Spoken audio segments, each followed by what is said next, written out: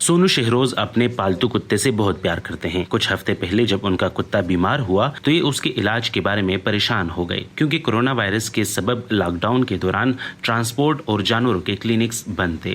پہلے مشکل یہ تھی کہ یہاں سے گاڑی کرانی پڑتی تھی اور اس میں لے کے جانا پڑتا تھا، ذرا دور تھا اس وجہ سے۔ تو ابھی سر خود گھر آ جاتے ہیں، ہم کال کرتے ہیں کوئی بھی مسئلہ ہو۔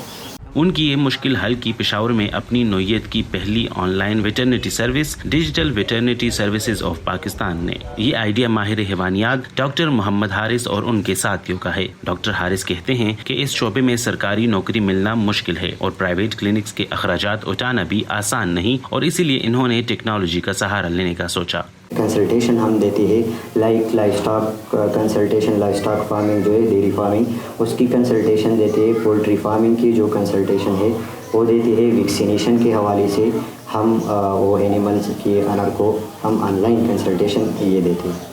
اب تک صوبہ خیبر پختونخوا کے مختلف اضلاع سے کم از کم 18 doctors digital veterinary services of Pakistan کے ساتھ منسلک ہو چکے ہیں، اور اس کی خدمات صوبے کے 18 مختلف اضلاع میں دستیاب ہیں۔ کورونا وائرس کے دنوں میں بھی ان کا کام بھرپور طریقے سے جاری ہے۔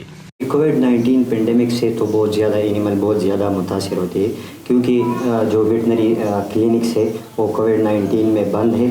تو ہمارا جو اسٹارٹ اپ ہے یہ آن لائن ہم ڈور اسٹیپ پہ مطلب وہ پرووائڈ کرتے ہیں، تو اس میں بہت زیادہ ہیلپ آؤٹ کیا ہے اینیمل کی انرس کو ہمارے اسٹارٹ اپ میں۔ کورونا وائرس کی وبا کے دوران پاکستان میں آن لائن سروسز کا استعمال بڑھ رہا ہے۔ ڈاکٹر حارث کی کوشش ہے کہ یہ رجحان صرف انسانوں ہی نہیں بلکہ ان کے پالتو جانوروں کے لیے بھی نئی آسانیوں کا سبب بنے۔ عمر فاروق، وائس آف امریکہ، پشاور۔